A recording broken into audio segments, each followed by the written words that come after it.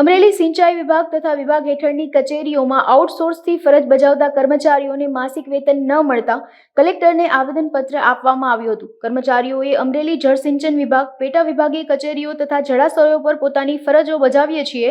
હાલ Balaji main power suppliers Surat agency મારફત ફરજ બજાવીએ છીએ.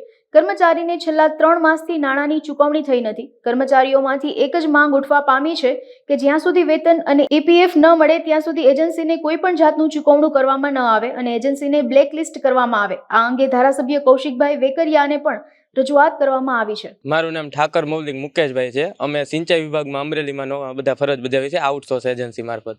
અમારી એજન્સીનું નામ બાલાજી મેન પાવર સુરત છે. તેઓ દ્વારા અમારો 3 થી 4 મહિનાનો પગાર હજુ સુધી કરવામાં આવેલ નથી.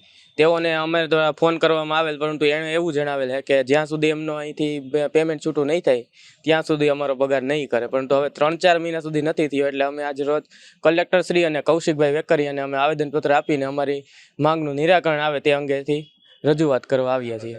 તેઓ શ્રી દ્વારા એમ જણાવેલું કે ગ્રાન્ટ ઉપલબ્ધ થયે તુરંત પેમેન્ટ કરવામાં આવશે. કાર્યપાલક શ્રી અને એજન્સી દ્વારા એમ જણાવવામાં આવે છે કે જ્યાં સુધી પેમેન્ટ નહીં મળે ત્યાં સુધી પગાર કરવામાં નહીં જ આવે એમ.